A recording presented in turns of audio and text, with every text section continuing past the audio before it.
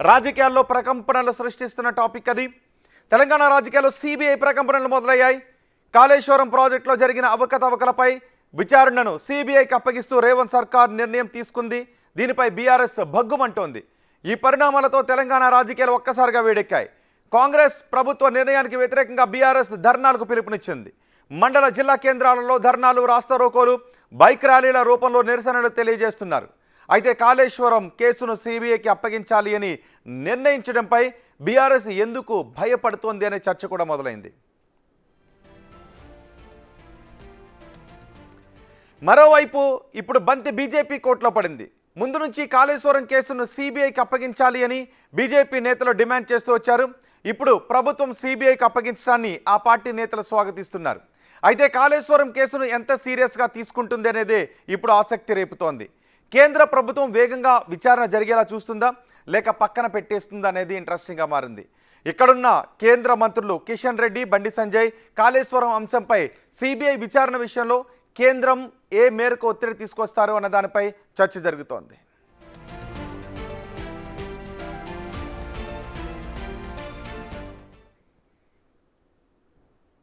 మరోవైపు ఎమ్మెల్సీ కవిత కూడా హరీష్ రావు, సంతోష్ రావులపై సంచలన ఆరోపణలతో బిగ్ పొలిటికల్ బాంబు పేల్చారు. కాళేశ్వరం ప్రాజెక్టులో కేసీఆర్కు అవినీతి మరకలు అంటిస్తున్నది వాళ్ళిద్దరే అని చెప్పడం కూడా ఇప్పుడు చర్చనీయాంశంగా మారింది. హరీష్, సంతోష్ అవినీతి అనకొండలని చేసిన వ్యాఖ్యలు కాళేశ్వరం అవినీతి చుట్టూ ఉన్న అనుమానాలు, ఆరోపణలకు మరింత బలాన్ని చేకూరుస్తున్నాయి. ఈ పరిస్థితుల్లో నెక్స్ట్ ఏం జరగబోతోంది అనే చర్చ తెలంగాణ రాజకీయ వర్గాల్లో జోరుగా జరుగుతోంది.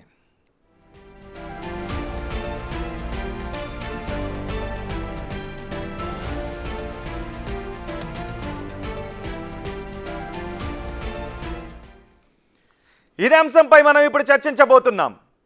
కాళేశ్వరంపై విచారణను ఇప్పుడు రాష్ట్ర ప్రభుత్వం సిబిఐకి అప్పగించడాన్ని ఏ విధంగా చూడాలి, అలాగే కవిత ప్రెస్ మీట్లో మాట్లాడిన మాటలను ఏ విధంగా చూడాలి, దీనిపైన పెద్ద ఎత్తున చర్చ జరుగుతోంది. ఇదే అంశంపై మనం చర్చించబోతున్నాం. ఈ చర్చలో మనకి బీఆర్ఎస్ నుంచి దేవి ప్రసాద్, కాంగ్రెస్ నుంచి ఎమ్మెల్యే మధుసూదన్ రెడ్డి, బీజేపీ నుంచి పోరెడ్డి కిషోర్ రెడ్డి మనకు అందుబాటులో ఉన్నారు. అందరికీ నమస్తే అండి. ముందుగా కిషోర్ రెడ్డి గారు, ఇప్పుడు బాల్ తీసుకొచ్చి మీ కోర్టులో పడేశారు, విచారణ బాల్. ఇందులో వ్యూహం ఏంటని మీకు అనిపిస్తోంది? ఇప్పుడు మీరు ఉక్కిరిబిక్కిరి అయ్యే పరిస్థితులు వస్తాయా? సరే, ముందుగా మీకు అట్లాగే ప్యానల్లో ఉన్న ఇతర పెద్దలకి, మన బిగ్ టీవీ ప్రేక్షకులందరికీ నమస్కారం. మొత్తం మీద ప్రభుత్వంలోకి వచ్చిన తర్వాత ఒక 20 నెలలు శోధించి ఛేదించి మనకు దాదాపు 10 సంవత్సరాల నుంచి తెలిసిన విషయాలే. అంటే కాళేశ్వరం మొదటి రోజు మొదలుపెట్టిన రోజు మనకు తెలిసిన విషయాలే. ఇది ఒక రాష్ట్రంతో కూడింది కాదు. మహారాష్ట్రతో ఒప్పందం జరిగిన తర్వాతే మనకు కాళేశ్వరం ప్రాజెక్టు కూడా మొదలైందని మనకు తెలుసు. సో అట్లాగే కేంద్ర సంస్థలు, సెంట్రల్ వాటర్ కమిషన్ దగ్గర నుంచి ఇతర కేంద్ర సంస్థలు కూడా పర్మిషన్లు వగేరా ఇతర ప్రాసెస్లో ఇన్వాల్వ్ అయ్యి ఉన్నాయని ఆ రోజు తెలుసు. మనకి కట్టడం మొదలు పెట్టక ముందే తెలుసు. దాని తర్వాత ఫైనాన్షియల్ క్లోజర్ అంటారు. ఏదైనా ప్రాజెక్ట్ ముందుకు తీసుకెళ్లే ముందు పైసలు ఎక్కడి నుంచి వస్తాయి అని చెప్పి. సో లోన్లే కావచ్చు, గ్రాంట్లే కావచ్చు, ఇతరత్ర ఏవైనా కావచ్చు. అట్లాంటివి పిఎఫ్సి, ఆర్ఈసి ఇవన్నీ ఇప్పుడు కొన్ని సంవత్సరాల క్రితం ఇచ్చినాయని మన అందరికీ తెలిసిందే. ఈరోజు ముఖ్యమంత్రి గారు ఈ 3 మాటలు ఉటంకిస్తూ, అంటే అంతర్రాష్ట్ర విషయాలు ఉన్నాయి, కేంద్ర రాష్ట్ర సంస్థలు ఉన్నాయి, PFC, REC, Punjab national bank వంటివి కేంద్ర బ్యాంకులు కూడా ఉన్నాయి చేయబట్టి సిబిఐకి ఇస్తున్నాం అన్నారు. మరి ఈ విషయం వచ్చిన మొదటి రోజు ఎన్నికల ముందు మనందరికీ తెలిసిందే కదా. వారు రేవంత్ రెడ్డి గారు ముందు ఏం చెప్పారు? ఎన్నికల ముందు నేను మొత్తం సాక్ష్యాధారాలతో మోడీ గారికి పంపించాను, వారి టేబుల్ మీదే ఉన్నాయి, అయినా యాక్షన్ తీసుకోవట్లేదన్నారు.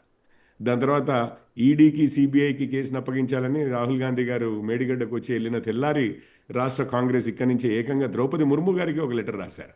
వచ్చిన తర్వాత పవర్లోకి వచ్చిన తర్వాత రాగం మార్చారు, సిబిఐని నమ్మలేమన్నారు. ఇంతలోపు 20 నెలలు అయింది, మీకు తెలిసిందే. ఇప్పుడు 2 రోజులు ఇప్పుడు కాంగ్రెస్ సిబిఐకి ఇవ్వడాన్ని స్వాగతిస్తున్నారా, లేదు కాంగ్రెస్ వ్యూహాన్ని ఇప్పుడు ఎదుర్కొంటే ఎలా ముందుకు వెళ్ళాలి అని ఆలోచన చేస్తూ ఉన్నారా? ఒక్క నిమిషం. అంటే ఒక దెబ్బకి 2 పిట్లు అన్నట్టుగా కాంగ్రెస్ వ్యవహరించిందనే చర్చ కూడా జరుగుతుంది. వారు ఏమన్నా అనుకోవచ్చు, వారి ఇష్టం వారిది. వారంతా రాజకీయం చూస్తే వారు రాజకీయమే చూడనివ్వండి, మనకేం సంబంధం లేదు. ఒకటే విషయం చెప్తున్నాను, బీఆర్ఎస్ వారి తీరు చూడండి. వారు ఓడిపోయారని తెలిసి దాని తర్వాత కాంగ్రెస్ ప్రభుత్వం రావడానికి మధ్యలో 3 రోజుల గ్యాప్లో ఇటు ఫోన్ ట్యాపింగ్ ఉన్న ఆధారాలన్నీ మూసిలో గెలిపారు. అటు గొర్రెల పెంపకం దాని మీద అని అంటే ఆ ఫైళ్ళన్నీ ఎత్తికెళ్ళడము, కాల్ చేయడము ఇవన్నీ చేశారు.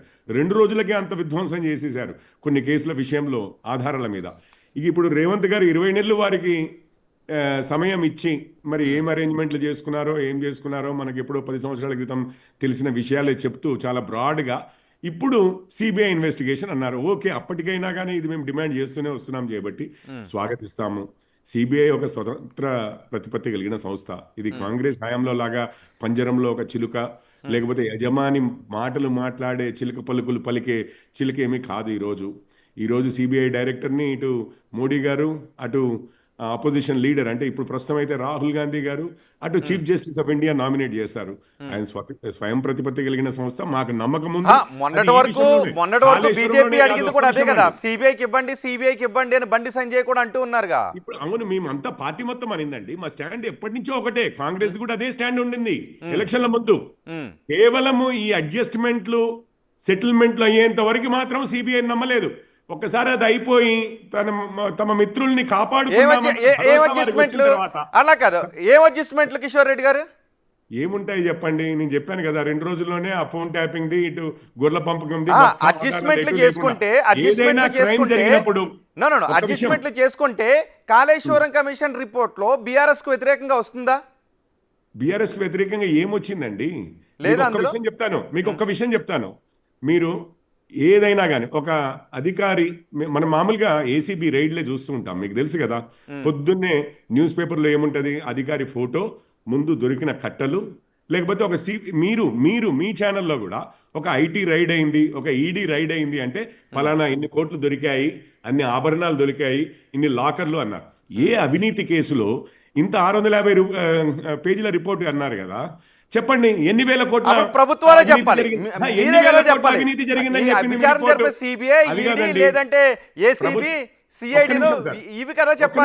ఒక్క నిమిషం సార్, ఎన్ని వేల కోట్ల అవినీతి జరిగిందని చెప్పింది రిపోర్టు మీది 20 నెలల తర్వాత. నేను అదే చెప్తున్నాను. అంతర్రాష్ట్ర విషయాలు, కేంద్ర రాష్ట్ర సంస్థలు ఇదే మాట. ఇది 10 ఏళ్ల క్రితం తెలుసండి. ఇది 2019లో వారు ఓపెన్ చేయక ముందు నుంచి తెలుసు మనకి ఇవన్నీ కూడా. అంటే ఇప్పుడు మీకు నాకు తెలియడం వేరు, నేను అనుకోవడం వేరు. ఒక విచారణ సంస్థ ఒక్క నిమిషం మీరు అందుబాటులోనే ఉండండి. మనకి మధుసూదన్ రెడ్డి గారు, కాంగ్రెస్ ఎమ్మెల్యే మధుసూదన్ రెడ్డి, అలాగే దేవి ప్రసాద్ బీఆర్ఎస్ నుంచి ఇద్దరు కూడా మనకు అందుబాటులో ఉన్నారు. ఒక్కసారి దేవి ప్రసాద్ దగ్గరికి వెళ్తాం. దేవి ప్రసాద్ గారు, ఎందుకు సిబిఐ విచారణను మీరు వ్యతిరేకిస్తూ ఉన్నారు? అక్కడ నా మిత్రులకు అందరూ నమస్కారం. సిబిఐకి సంబంధించినటువంటి విషయంలో అసలు ఘోష్ కమిటీ నివేదిక ఆధారంగా సిబిఐ ఏర్పాటు చేయాలని కాంగ్రెస్ పార్టీ నిర్ణయించినట్టుగా అర్ధరాత్రి శాసనసభలో నిన్న రేవంత్ రెడ్డి గారు ప్రకటించినటువంటి అంశాన్ని మనం చూసాం. సిబిఐ కానీ ఈడీ కానీ ఇవన్నీ కూడా కేవలం రాజకీయ కక్షల సాధింపు కోసమే ఈ సంస్థలు తప్ప ఈ సంస్థలకు ఎటువంటి స్వతంత్ర ప్రతిపత్తి లేదని గౌరవ రాహుల్ గాంధీ గారు, రేవంత్ రెడ్డి గారు 30 నాడు రవీంద్ర భారతిలో, 31 నాడు వారు నిన్న అసెంబ్లీలో మాట్లాడినటువంటి అంశాలు, 30న సూరవరం సుధాకర్ రెడ్డి గారి సంస్మరణ సభలో మాట్లాడినటువంటి సందర్భంగా ఈడీలు, సిబిఐలు అవన్నీ కూడా కేంద్ర ప్రభుత్వం రాజకీయ కక్షతో వేధిస్తున్నది, వ్యవహరిస్తున్నది అనేటువంటి అంశాన్ని వాళ్ళ చాలా స్పష్టంగా చెప్పినటువంటి అంశాలను నేను ఈ సందర్భంగా మీకు గుర్తు చేస్తా ఉన్నాను. అది ఒక్కసారే కాదు, అనేక సందర్భాల్లో రేవంత్ రెడ్డి గారు, ఆ తర్వాత రాహుల్ గాంధీ గారు, ఇంతకుముందే మా మిత్రులు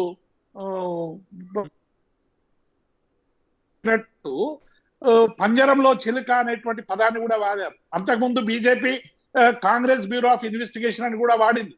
ఇవన్నీ కూడా ఎట్లా చూపిస్తున్నాయంటే ఇక్కడ కూడా మా అనుమానం ఏంటంటే ఒక రాజకీయ పరమైనటువంటి కక్షతో బీజేపీ, కాంగ్రెస్ రెండు కలిపి ఇలా సిబిఐ ద్వారా మరి ఎవరికి అప్పగించమంటారు? కాదు, జస్టిస్ పిసి ఘోష్ కమిషన్ ని తెలంగాణ ప్రభుత్వం కుట్రతో చేసిన రిపోర్ట్ అని అంటున్నారు.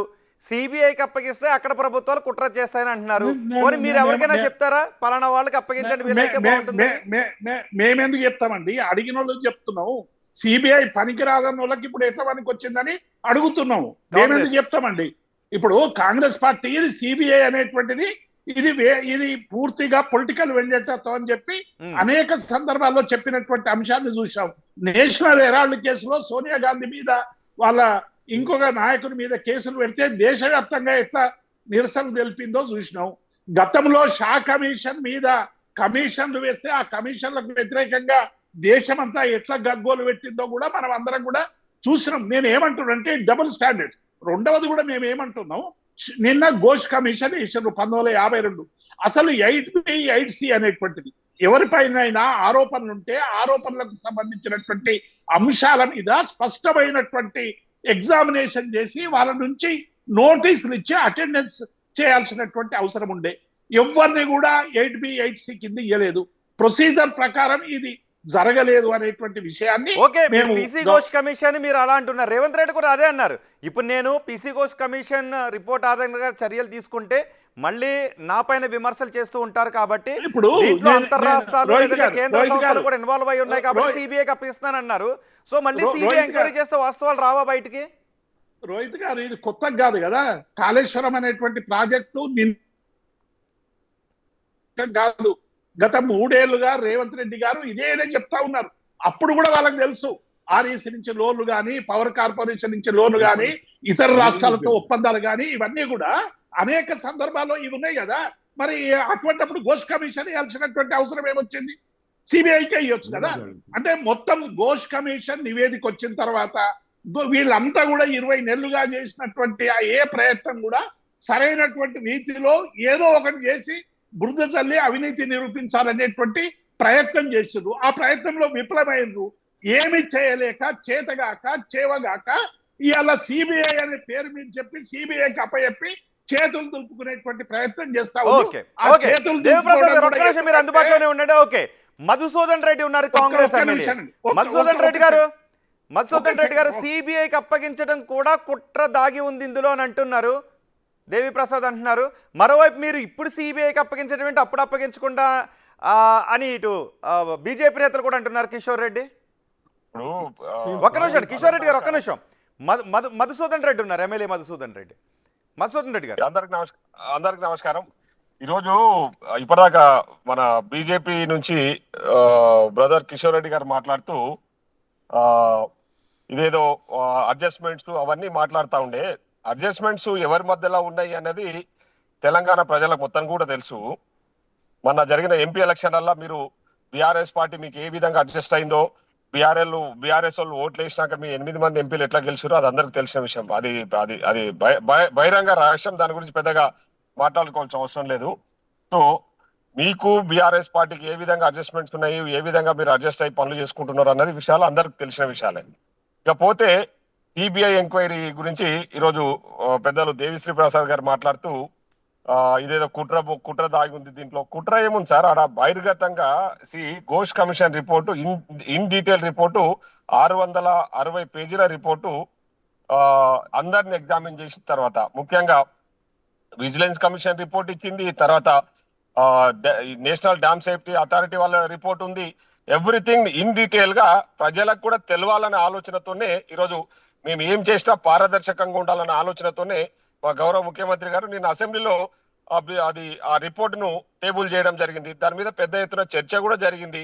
చర్చలో పాల్గొన్న వాళ్ళు మధ్యలో పారిపోయిన విషయం మీకు అందరు కూడా తెలుసు. దాంట్లో పాత్రదారులు, సూత్రధారులు ఎవరన్న విషయం కూడా సుస్పష్టంగా నిన్న ఎక్స్ప్లెయిన్ చేయడం జరిగింది.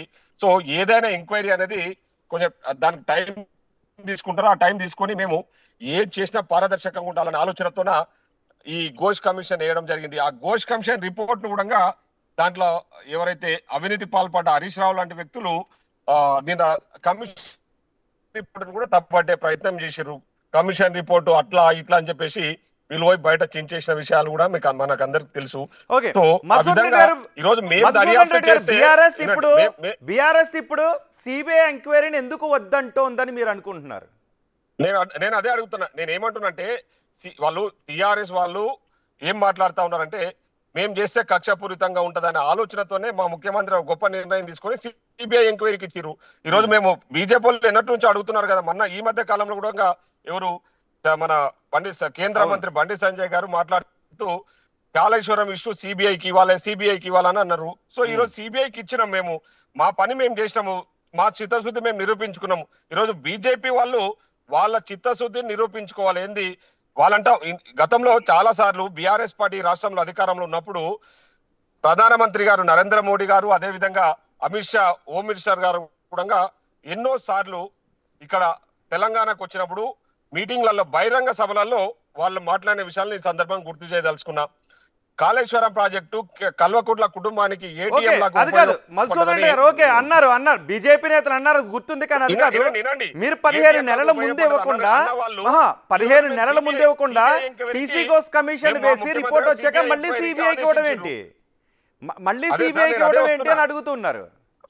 నేను అదే వస్తున్నా. ఇప్పుడు వాళ్ళు ఏమన్నారు, మేం చేస్తే కక్షపూరితంగా ఉంటదని ఆలోచన వాళ్ళు చేస్తున్నారు. ఎందుకంటే వాళ్ళిద్దరు ఒకటే కాబట్టి ఈరోజు పారదర్శకంగా ఉండాలి. బీజేపీకి ఇప్పుడు కేంద్రంలో బీజేపీ ఉంది, ఈరోజు సిబిఐ కేంద్ర దర్యాప్తు సంస్థ. సో కేంద్ర దర్యాప్తు సంస్థ ద్వారా ఎంక్వైరీ జరిగితే అన్ని విషయాలు కూడా సుస్పష్టంగా బయటకు వస్తాయి. దాంట్లో జరిగిన అవినీతి ఎంత అనేది అందరికి తెలిసిన విషయమే. మేము ఏం చేసిన వాళ్ళు కక్షపూరితం అంటున్నారు కాబట్టి సిబిఐ ఎంక్వైరీ చేస్తే వాస్తవాలు బయటకు వస్తాయన్న విషయాలతోన మేము ఇప్పుడు పారదర్శకంగా ఉండాలి. మా చిత్తశుద్ధి మేము నిరూపించుకున్నాం. బీజేపీ వాళ్ళు వాళ్ళ చిత్తశుద్ధి నిరూపించుకోవాలి. ఒక్క నిమిషం మధుసూదన్ రెడ్డి గారు, కిషోర్ రెడ్డి ఉన్నారు. కిషోర్ రెడ్డి గారు, ఇప్పుడు మీరు మీ చిత్తశుద్ధిని నిరూపించుకుంటారా, లేకపోతే బీఆర్ఎస్ ఆల్రెడీ మీపై కొన్ని అనుమానాలు వ్యక్తం చేస్తుంది కాబట్టి ఏం జరుగుతుంది? సార్, మధుసూదన్ రెడ్డి గారు చాలా గొప్పగా మాట్లాడారు. వారు ఏమంటున్నారంటే బీఆర్ఎస్ బీజేపీ కలిసిపోయింది, అది ప్రజలందరికీ తెలిసిన విషయమే. మొన్న 8 ఎంపీలు మీరు ఇద్దరు అడ్జస్ట్మెంట్లు చేసుకుని గెలిచారు. అన్ని ఎవిడెన్స్లు ఉన్నాయి. ఇప్పుడు కాంగ్రెస్ వారికి ఒక్క నిమిషం అన్న, ఒక్క నిమిషం మీరు మాట్లాడినప్పుడు నేను మాట్లాడలేదు మధ్యలో.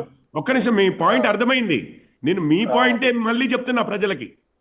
కాంగ్రెస్ వారు ఏమంటున్నారంటే ఎవిడెన్సెస్ తో సహా ఉన్నాయి, వీరిద్దరూ కుమ్ముక్కైపోయారు. మన రాష్ట్ర ఖజానా దాదాపు 1,00,000 కోట్లు దుర్వినియోగం అయ్యాయి. కొంతమంది అందులో 10,000 కోట్లు తిన్నారు. కానీ వీళ్ళిద్దరూ మళ్ళీ ఏకమయ్యారని తెలిసి కూడా రాష్ట్ర డబ్బులే కదా ఖజానా డబ్బులు, మనకేంది లెక్క, వాళ్ళిద్దరు కలిసి ఉన్నారని చెప్పి వాళ్ళకే ఇద్దామని ఎవడన్నా ఇస్తాడండి? కొంచెమన్నా రాష్ట్ర ప్రయోజనాలు వాళ్ళ దృష్టిలో ఉంచుకునేవాడు ఎవడైనా కానీ తీసుకుపోయి మళ్ళీ కేంద్రము, ఇప్పుడు సిబిఐ ఏమో మళ్ళీ వదిలేస్తే రాహుల్ గాంధీ దగ్గర నుంచి అందరూ కేంద్రము తొత్తు అంటారు సిబిఐని. రాష్ట్ర ప్రయోజనాలు మీకు పట్టవా సార్ మధుసూదన్ రెడ్డి గారు? రాష్ట్ర ప్రయోజనాలు మీకు పట్టవా? రాష్ట్ర ప్రయోజనాలు దృష్టిలో పెట్టుకుని మరి వీళ్ళిద్దరు కుమ్ముక్కైన వాళ్ళకి ఎట్లా తీసుకెళ్ళిస్తారండి? కుమ్ముక్కైన వాళ్ళ చేతిలో ఎట్లా పెడతారు మీరు? కుమ్ముక్కైన వాళ్ళ చేతిలో ఎట్లా పెడతారు మీరు? సిబిఐ చేతిలో ఎట్లా పెడతారు? మీ ఏసీబీ లేదా?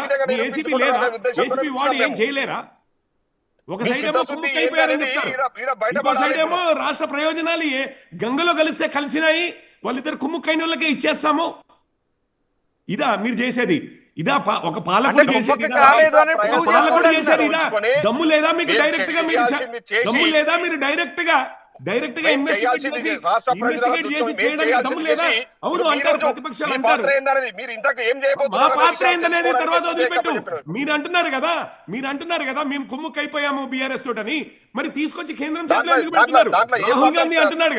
ఒక్క విషయం చెప్పండి, మీకు కాళేశ్వరంలో సిబిఐ విషయంలో నమ్మకం ఉంటే సోనియా గాంధీ, రాహుల్ గాంధీ మీద ఉన్న కేసుల్లో కూడా సిబిఐ మీద నమ్మకం ఉండాలి. ఊరికనే ఒక రోజు వచ్చేసి సోనియా గాంధీ విషయంలోనేమో సిబిఐని నమ్మము, కానీ రాష్ట్ర ప్రయోజనాల విషయంలో మాత్రం సిబిఐని నమ్ముతాము. ఒకవేళ సిబిఐ నమ్మకపోతే కేసు ఎందుకు ట్రాన్స్ఫర్ చేస్తారు?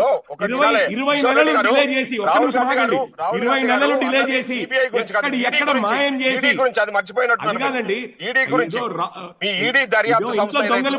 ఇంట్లో దొంగలు పడ్డ 20 నెలలకు మురిగేది కుక్క 20 నెలలకి మరుగుతుందండి కుక్క? 6 నెలలకని చెప్తుంటారు అన్న టైప్ లో. 20 నెలల తర్వాత 10 సంవత్సరాల క్రితం అందరికీ తెలిసిన విషయాలే.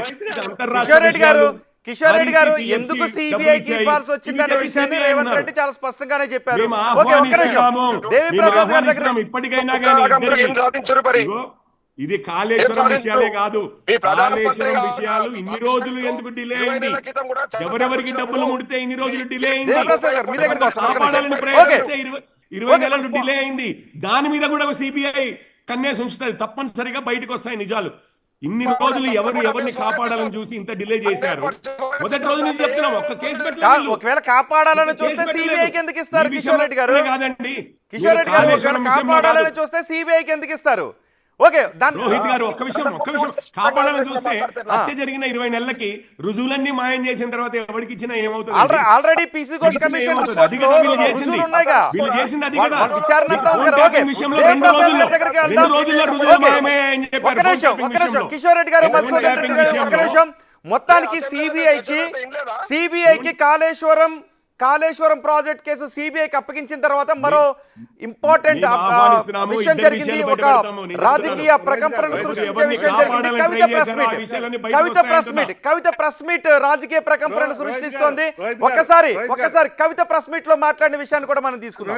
సిబిఐ ఎంక్వైరీ ఇచ్చిన తర్వాత కవిత మాట్లాడిన మాటలు రాజకీయ ప్రకంపనలు సృష్టిస్తున్నాయి. దేవప్రసాద్ గారు మీ దగ్గరికి వస్తారు. ఒకసారి కవిత ఏం మాట్లాడారో చూద్దాం. ఒక్క నిమిషం అండి, కవిత ఏం మాట్లాడారో చూద్దాం. కొంతమంది కేసీఆర్ గారి పక్కన ఉన్నటువంటి వాళ్ళు కేసీఆర్ గారి పేరు చెప్పుకొని అనేక రకాలుగా లబ్ధి పొంది వారు చేసినటువంటి అనేక చెత్త పనుల వల్ల ఇవాళ కేసీఆర్ గారి పేరు బద్నామయ్యే పరిస్థితి వచ్చింది. అయినా మళ్ళీ వాళ్ళనే మోస్తాం, అయినా మళ్ళీ వాళ్ళనే ముందుకు తీసుకెళ్తామని అనుకుంటే పార్టీ ఎట్లా ముందటికి పోతుంది? ఒక బిడ్డగా నిజంగా నేను బాధపడతా ఉన్నాను. ఇవాళ 5 సంవత్సరాలు ఇరిగేషన్ మంత్రిగా చేసినటువంటి హరీష్ రావు గారిది మేజర్ పాత్ర లేదా దీంట్లో? అందుకే కదా కేసీఆర్ గారు వారిని సెకండ్ టర్మ్లో తప్పించిండ్రు. ఈ మొత్తం కాళేశ్వరం ఎపిసోడ్లో కేసీఆర్ గారికి మరక అంటిందంటే 2-3 వ్యక్తులు కారణం. మాజీ రాజ్యసభ సభ్యుడు ఒకలైతే, హరీష్ రావు గారు ఒకలైతే, మేఘా కృష్ణారెడ్డి గారు ఇంకోటి, మేఘానో బోగానో ఏదో. దేవప్రసాద్ గారు మీరే ఆన్సర్ చేయాలి. కాళేశ్వరంలో అవినీతి జరిగింది అని ఇటు బీజేపీ అంటోంది, కాంగ్రెస్ అంటోంది అవినీతి జరగలేదని మీరు అంటున్నారు. పీసీ ఘోష్ కమిషన్ రిపోర్ట్ మీరు వ్యతిరేకించారు, సిబిఐకి ఇవ్వటాన్ని వ్యతిరేకిస్తున్నారు. కానీ కవిత కూడా ఇప్పుడు మాట్లాడిన మాటలు కాళేశ్వరం ప్రాజెక్ట్ లో అవినీతి జరిగింది, కేసీఆర్ ఇప్పుడు బాధ్యులను అంటూ ఉన్నారు. ఒక్క నిమిషం అండి, మీరు చర్చను డైవర్ట్ చేయండి.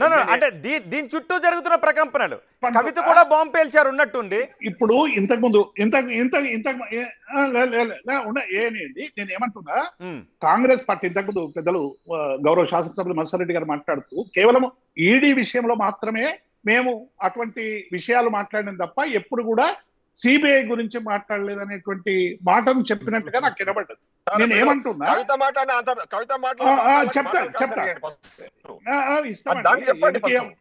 మొదలు మీ రాజగోపాల్ రెడ్డి చెప్పిన దానికి, మల్లన్న చెప్పిన దానికి మీరు స్పష్టమైన సమాధానం ఇస్తే నేను కూడా చెప్తాను.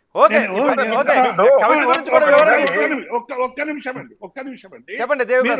కోమటిరెడ్డి వెంకటరెడ్డి చెప్పిన ఆరోపణలకు కూడా మీరు చెప్పండి. మీరు మమ్మల్ని ప్రశ్నించలేదు. కోట్ల రూపాయలు పెట్టి పిసిసి అధ్యక్ష పదవి తెచ్చుకున్నాడు, ముఖ్యమంత్రి తెచ్చుకున్నాడు అని కోమటిరెడ్డి వెంకటరెడ్డి అన్నదానికి చెప్పండి. అదే చెప్తున్నా. రాజగోపాల్ రెడ్డి గారు నిన్న దాని గురించి చెప్పండి, దాని గురించి చెప్పండి. చెప్పండి. మీ పార్టీ సభ్యురాలు కదా, తమ్ముడు కదా, మీ మంత్రికి తమ్ముడు కదా. నేనేమంటున్నా మత్స్యారెడ్డి గారు, మేము చెప్పి మీరు చర్చను డైవర్ట్ చేసే ప్రయత్నం చెప్తామండి, చెప్తాము, అన్నిటికీ చెప్తామండి. ఎందుకు చెప్పాం? కుటుంబ సభ్యులైనా ఎవరైనా పార్టీలో మెంబర్ అండి, సపరేట్ ఏం కాదు. ఇలా తిరుపతి రెడ్డి ఏం చేసినా మీ రేవంత్ రెడ్డి జవాబుదారు అవుతాడా చెప్పండి మీరు. అయితే అంటే ఇప్పుడు మేమేం తప్పించుకుంటేమే, మేము ఎవరు తప్పించుకుని పారిపోయినా అంటున్నారు కదా. ఎవరు వారిపోయిన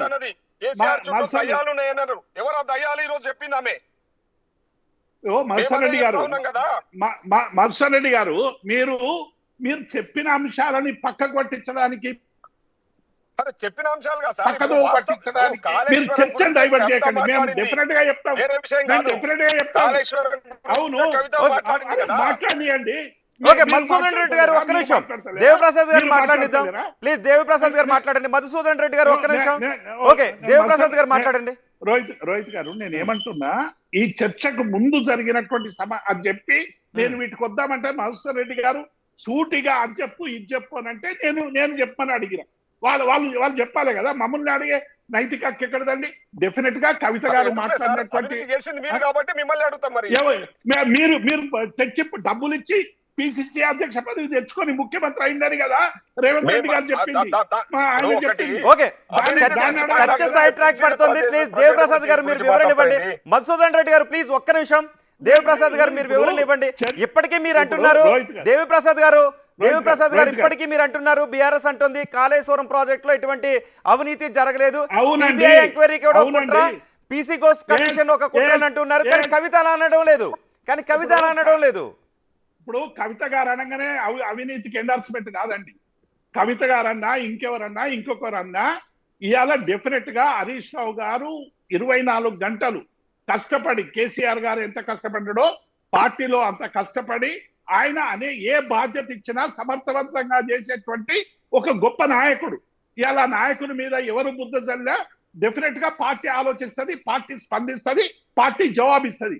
అంతే తప్ప కవిత గారు అన్నారు కాబట్టి, కవిత గారు ఇంకోటి కూడా అన్నారు, కాంగ్రెస్ పార్టీ ఈ విషయాలన్నీ డైవర్ట్ చేయడానికి దుర్మార్గం చేస్తుందని. అది కూడా ఎండార్స్ చేస్తారా మధుసూదన్ రెడ్డి గారు?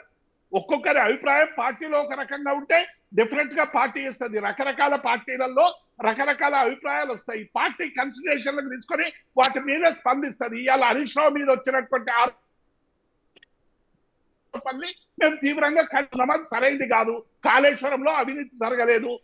ఘోష్ కమిషన్ తెలిసినటువంటి విషయాన్ని ఇవాళ ఇండివిజువల్ వ్యక్తులు తెలుస్తారా అండి? ఘోష్ 20 నెలల పాటు అనేక మందిని శ్రమించి అనేక రకాలు చేసి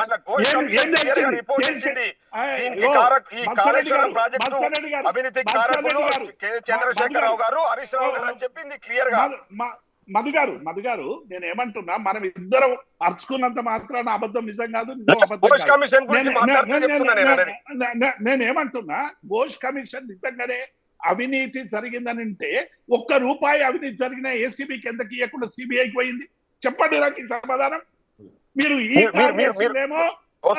వస్తున్నా నేను అనేది ఈ రోజు మీరు పారదర్శకత గురించి మాట్లాడుతున్నారు కాబట్టి మేము సిబిఐకి ఇవ్వాల్సి వచ్చింది. ఎందుకంటే మీరు అంటే కక్ష సాధిస్తున్నాం కాదు. మధుసూదన్ రెడ్డి గారు మళ్ళీ పారదర్శకత అనే దాన్ని క్వశ్చన్ చేస్తున్నారు కదా.